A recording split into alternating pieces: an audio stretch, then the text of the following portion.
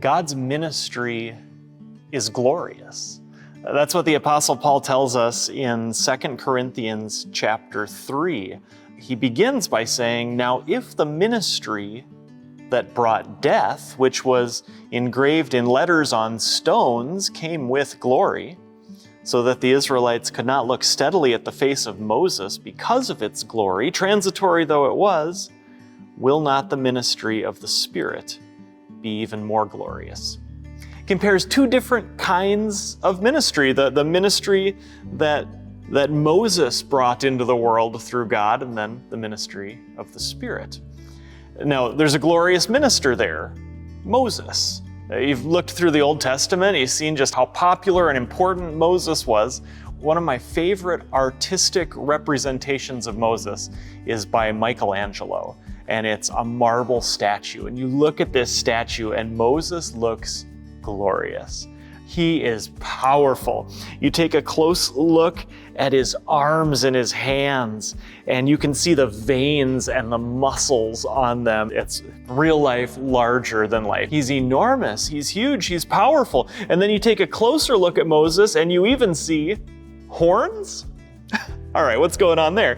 So this is actually, when Michelangelo and other Renaissance artists portrayed Moses, they would use a translation from Exodus chapter 34, verse 29, that said, "When Moses came down from Mount Sinai with the 2 tablets of the covenant law in his hands, he was not aware that his face was radiant because he had spoken with the Lord." Moses had a glowing, radiant face, beams of light. But there was also a mistranslation of that word in the Latin Bible where it said Moses had not beams, but horns protruding from his head. So sometimes you'll see that. Paul gives us what it really meant here, because it talks about how the face of Moses was glorious. And that glory would fade. Moses would put a veil over his face so the Israelites wouldn't see that glory fading away. But God's law was glorious. It was wonderful, and so was he. But there was a problem. God's law that tells us what to do and not to do, how to follow God, can only really result in condemnation because we can't do it perfectly. It's a glorious ministry. It's important for us to know God's standards, and the world would be a much better place if everybody followed what the Lord and what Moses told them to do. But it can only lead to condemnation on its own because we can't keep it perfectly. Thankfully, there's another ministry and there's another minister that is even more glorious.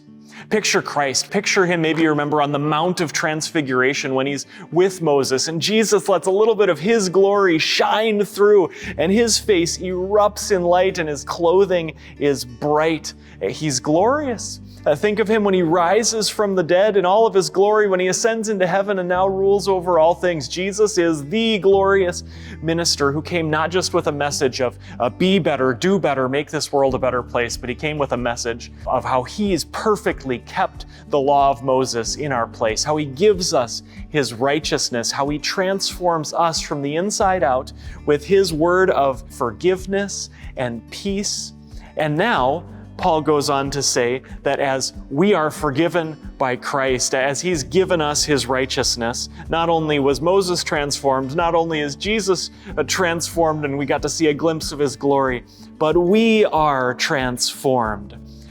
Verse 18 says, "And we all, who with unveiled faces contemplate the Lord's glory, are being transformed into his image with ever-increasing glory, which comes from the Lord, who is the Spirit."